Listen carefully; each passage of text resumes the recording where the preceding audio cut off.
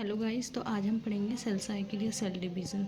Cell cycle क्या होता है? It is the sequence by which cell duplicates its genome, synthesise other constituents of cell and divide into two. इसका मतलब है कि सेल जो है, सेल साइकिल जो है मतलब ये एक सीक्वेंस होता है जिसके द्वारा क्या होता है, सेल अपना जीनोम डुप्लीकेट करता है, मतलब डीएनए हो गया और उसकी सेल ऑर्गेनल्स वगैरह है, और सिंथेसाइज करता है जो उसके अंदर अदर कॉन्स्टिट्यूट होता है। इसमें सिंपल ये है कि जो सेल साइकिल एक ऐसा सीक्वेंस है जिसके द्वारा सेल अपने डीएनए मतलब जीनोम को डुप्लीकेट करेगा और उसके अंदर अदर ऑर्गेनल्स जो होती हैं उनको भी डुप्लीकेट करता है और सिंथेसाइज करता है, और क्या करता है फिर दो डॉटर सेल्स में डिवाइड हो जाता है।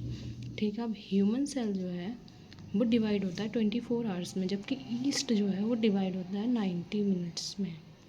ठीक है, ह्यूमन सेल एक बार में 24 आवर्स लेता है डिवाइड होने के। फिर सेल साइकिल, सेल साइकिल में मतलब दो फेज़ आते हैं मेन, इंटरफेज़ और एम फेज़। एम फेज़ जो होता है वो मियोसिस भी हो सकता है या माइटोसिस भी हो सकता है। इंटरफेज़ को हम प्रिपरेटरी फेज़ या फर्स्ट फेज़ बोलते हैं, या फिर मेटाफेज़ को हम एम फेज़ को माइटोसिस या मियोसिस फेज़ या फिर डिवाइडिंग फेज़। ठीक है, फिर उसके बाद आता है इसमें कि इंटरफेस में होता क्या है। ये बहुत मतलब शॉर्ट नोट्स हैं और एकदम इजी समझने वाले नोट्स हैं। ये अगर आप एक दो बार वीडियो देखोगे मेरी तो आपको बहुत अच्छे से समझ में आ जाएंगे और फिर आपको कहीं और जाने की ज़रूरत नहीं पड़ेगी। एग्ज़ाम पॉइंट्स ऑफ व्यू से बहुत ईजी बनाई है मैंने।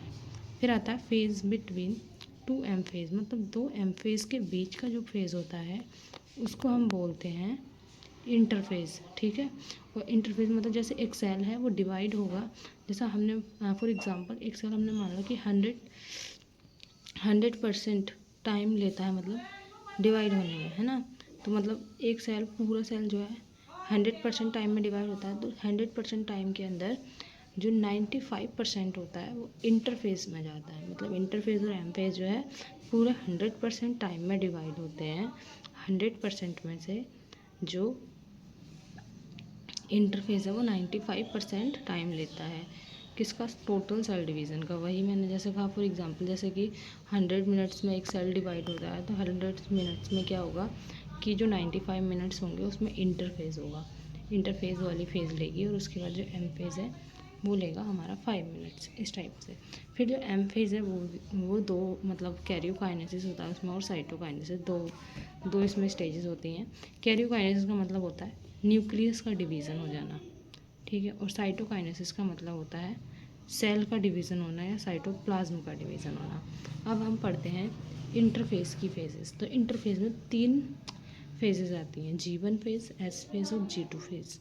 G1 फेज़ को हम गैप 1 फेज़ या ग्रोथ 1 फेज़ बोलते हैं, S फेज़ को सिंथेसाइज फेज़ बोलते हैं या रेप्लिकेशन फेज़ बोलते हैं, और G2 फेज़ को गैप 2 फेज़ या ग्रोथ 2 फेज़ बोलते हैं। तो G1 फेज़ में क्या करेगा, सिर्फ सेल ग्रो करेगा इसके अंदर। ठीक है, सेल क्या करेगा, इसमें ग्रो करेगा, बड़ा होगा मतलब तभी तो डिवाइड करेगा। फिर एस फेज़ में क्या है, डीएनए रिप्लिकेशन होगा। डीएनए मतलब जो उसका जीनोम है, डीएनए डबल हो जाएगा, मतलब डीएनए का अमाउंट जो है वो डबल हो जाएगा। फिर G2 फेज़ में क्या होगा, cell growth preparation for division, मतलब सेल क्या करेगा फिर अपने आप को डिवीज़न के लिए बिल्कुल रेडी कर लेगा। फिर एम फेज़ क्या है, ये माइटोसिस, जैसे मैंने ऊपर अभी बताया भी था, ये माइटोसिस भी हो सकता है और मियोसिस भी हो सकता है। उसके बाद हम पढ़ते हैं माइटोसिस। सबसे पहले हम माइटोसिस पढ़ेंगे, उसके बाद हम मियोसिस पढ़ेंगे। प्लीज़ बैक साउंड को इग्नोर करना। हाँ, तो हम क्या माइटोसिस पढ़ रहे थे। तो माइटोसिस क्या है, इसको हम इक्वेशनल डिवीज़न बोलते हैं। तो इक्वेशनल डिवीज़न का मतलब है कि जो माइटोसिस है उसमें नंबर ऑफ़ क्रोमोसोम्स क्या रहते हैं, सेम रहते हैं आफ्टर डिवीज़न। तो ये जैसे ये क्रोमोसोम है, तो क्रोमोसोम में क्या है, जो ये साइड में जो प्रेजेंट है स्ट्रक्चर, इसको हम सेंट्रोमेयर बोलते हैं। ठीक है, जो इसमें मतलब एक बार और रिपीट करती हूँ कि जो ये सेंटर में है, इस सेंटर में ये मैं जूम करके दिखा रही हूँ, जो ये सेंटर वाला पॉइंट है इसको हम सेंट्रोमेयर बोलेंगे, और जो साइड में स्ट्रक्चर है उसको हम काइनेटोकोर बोलते हैं। फिर आता है हमारा फेजेस, किसके, माइटोसिस के फेज पढ़ते हैं हम। तो जो माइटोसिस है उसकी ट्रिक क्या होती है, PMAT। अगर आपको फेज़ याद नहीं रहे तो PMAT से समझ आ जाएगा कि P means prophase, M for metaphase, A for anaphase और T फॉर टीलोफेज। तो जो प्रोफेज है, प्रोफेज में क्या होता है कि क्रोमेटिन जो है, क्रोमेटिन वो कंडेंस हो जाते हैं और क्रोमोसोम फॉर्म करते हैं। मतलब फॉर एग्जांपल जैसा आप मान सकते हो कि जैसे एक कोई गुल्ली है, मतलब गुल्ली होती है ना धागे वाली, जिसे हम सिलाई करते हैं वो, तो अगर उस गुल्ली को हमने खोल के डाल दिया, उस रील बोलते हैं हमारे यहाँ पे, तो आपके यहाँ कहाँ क्या बोलते हैं आप कमेंट करना, तो उसको हम रील बोलते हैं। तो जो रील होती है वो, तो उसको अगर हमने खोल दिया तो वो धागा क्या हो जाएगा, अलग अलग हो जाएगा ना। वो धागा अलग अलग हो गया तो वो क्या है, आप मान लो कि वो क्रोमेटिन है। और जब वो धागा हमने क्या करा, लपेट दिया उस गुल्ली के अंदर, मतलब रील के अंदर, तो क्या हो गया, वो क्रोमोसोम हो गया। तो इसी टाइप से क्रोमेटिन जो है, क्रोमेटिन सेल के अंदर अलग अलग धागे टाइप से पड़े रहते हैं।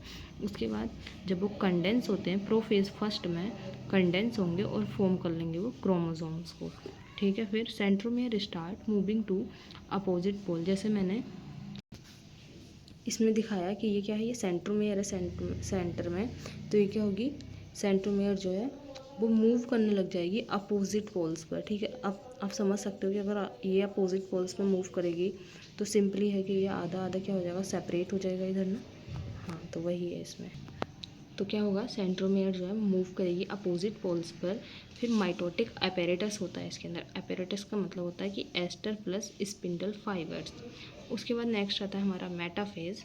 मेटाफेज में क्या होगा, ये बेस्ट फेज होती है क्या करने के लिए, स्टेज टू स्टडी मॉर्फोलॉजी, मतलब क्रोमोसोम्स की मॉर्फोलॉजी की स्टडी करने के लिए ये बहुत अच्छी स्टेज होती है, ठीक है। और क्रोमोसोम्स जो हैं इस स्टेज में क्या है, लाई करते हैं इक्वेटर पर।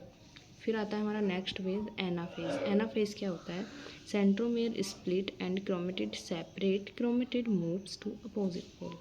फर्स्ट इसमें कि सेंट्रोमियर क्या हो जाएगी, स्प्लिट हो जाएगी। जैसे मैंने अभी बताया भी था थोड़ा सा पीछे डायग्राम में कि ये सेंटर से सेंट्रोमियर क्या होगी, स्प्लिट होगी, तभी तो अपोजिट पोल्स पे जाना स्टार्ट होगी। तो प्रोफेज में क्या हो रहा है, अपोजिट पोल्स पर जाना स्टार्ट हो जा रही है। एनाफेज में क्या है, सेंट्रोमियर स्प्लिट हो गई, क्रोमेटिड्स है ना। हाँ, तो क्रोमेटिड्स क्या होगा, क्रोमेटिड्स सेपरेट हो जाएंगे, ठीक है। मतलब क्रोमोसोम है वो, क्रोमोसोम को जब हम आधा आधा कर दे रहे हैं तो वो क्या हो रहा है, क्रोमेटिड बन रहा है, ठीक है। ये सिस्टर क्रोमेटिड्स हैं। मतलब ये डायग्राम में जो है ये क्या है, ये क्रोमोसोम है। अब इसको ये जब सेपरेट होगा तो ये क्या बन जाएंगे, सिस्टर क्रोमेटिड्स बन जाएंगी। ये क्या हो जाएगा, क्रोमेटिड्स हो जाएगा। तो इसके बाद क्या है यहाँ पे कि एनाफेज में क्या होगी, सेंट्रोमियर स्प्लिट हो जाएगी, क्रोमेटिड्स सेपरेट हो जाएंगे। फिर chromatids move to opposite pole. Chromatids कहाँ स्टार्ट करेंगे, चले जाएंगे अपोजिट पोल्स पर। फिर आता है टीलोफेज। टीलोफेज में क्या है, chromosomes cluster at opposite poles, मतलब क्रोमोसोम्स क्या कर लेंगे, ग्रुप बना लेंगे अपोजिट पोल्स पर, है ना। और न्यूक्लियर मेम्ब्रेन इसमें दोबारा से दिखने स्टार्ट हो जाएगी टीलोफेज के अंदर। फिर आता है हमारा सिग्निफिकेंस क्या होते हैं माइटोसिस के। तो repair and growth of cell. Mitosis क्यों होती है, रिपेयर के लिए और ग्रोथ के लिए सेल की। रिस्टोर न्यूक्लियो साइटोप्लाज्मिक रेशियो, मतलब न्यूक्लियो साइटोप्लाज्मिक रेशियो को रिस्टोर करने के लिए होती है। अब इसमें कुछ मतलब टर्म्स आते हैं, जैसे पहला आता है सिंसीटियम, आप कुछ भी पढ़ सकते हो, मैं इसको सिंसीटियम या सिंसीजियम पढ़ती हूँ। सिंसीशियम क्या होता है, multi nucleate condition occurs when karyokinesis is done and cytokinesis is arrested। मतलब ये कि इसमें क्या हो जाएगी, मल्टी न्यूक्लियस, मतलब दो न्यूक्लियस हो जाएंगे। मल्टी न्यूक्लियस मतलब है कि एक से ज़्यादा होना वैसे तो, लेकिन हमने क्या पढ़ा था कि इसमें क्या सेल डिवाइड करेगा तो दो सेल्स में डिवाइड होगा तो दो न्यूक्लियस का तो फॉर्मेशन होगा ना। तो मल्टी न्यूक्लिएटेड कंडीशन, तो उसको दो न्यूक्लियस को यहाँ पे मल्टी न्यूक्लिएटेड कंडीशन कह रहे हैं, जहाँ पे क्या होगा, कैरियोकाइनेसिस हो रही है। कैरियोकाइनेसिस का मतलब मैंने बताया था कि न्यूक्लियस का तो डिवीज़न हो गया, पेरेंट सेल से न्यूक्लियस का डिवीज़न हो गया, लेकिन यहाँ पे क्या नहीं हुई, साइटोकाइनेसिस नहीं हुई। जब साइटोकाइनेसिस अरेस्ट हो गई, मतलब रुक गई, तो क्या हो गया कि एक सेल के अंदर जो उसकी सेल मेम्ब्रेन है वो तो डिवाइड नहीं हुई, लेकिन उसके अंदर जो न्यूक्लियस है वो डिवाइड हो गया। तो क्या हुआ इसके अंदर कि एक सेल के अंदर दो न्यूक्लियस हो गया, तो उसको हम सिंसीजियम बोलते हैं, ठीक है। फिर आता है एग्जाम्पल जैसे लिक्विड एंडोस्पर्म ऑफ कोकोनट, ठीक है। उसके बाद हम पढ़ते हैं साइटोकाइनेसिस। हाँ, तो साइटोकाइनेसिस होती कैसे है, देखो फरो फॉर्मेशन, ये एक सेल है, ये सेल ये आउटर वाली क्या है, सेल मेम्ब्रेन है। तो ये इस तरह से क्या होता है, साइटोकाइनेसिस का डिवीज़न होता है किसमें, एनिमल सेल्स में। तो पहले ये फरोफोम होगा, फरोफॉर्मेशन मतलब एनिमल सेल में जब साइटोकाइनेसिस होगी तो पहले फर्रो फॉर्मेशन होती है। फर्रो फॉर्मेशन का मतलब है कि इस टाइप से होगा देखो, और उसके बाद डिवाइड हो जाएगा। अब उसके बाद हम प्लांट सेल्स की बात करें तो उसमें सेल प्लेट का फॉर्मेशन होता है। मतलब पहले इस तरह से पूरा सेल है, उसके बाद इस तरह से हो रहा है ये हेक्सागोन की तरह, फिर उसके बाद ये सेल बन जा रहा है, अलग अलग 2 सेल बन जा रहे हैं। हाँ तो गाइज़ अब हम क्या कहते हैं, मियोसिस जो है वो कल पढ़ेंगे। मैंने इसके भी नोट्स बना रखे हैं एकदम इजी वे में। आज हमने माइटोसिस कंप्लीट किया है। और अगर आपको वीडियो अच्छी लगे तो प्लीज़ लाइक करें, शेयर करें और मेरे चैनल को सब्सक्राइब करें। प्लीज़ मेरे को सपोर्ट करें।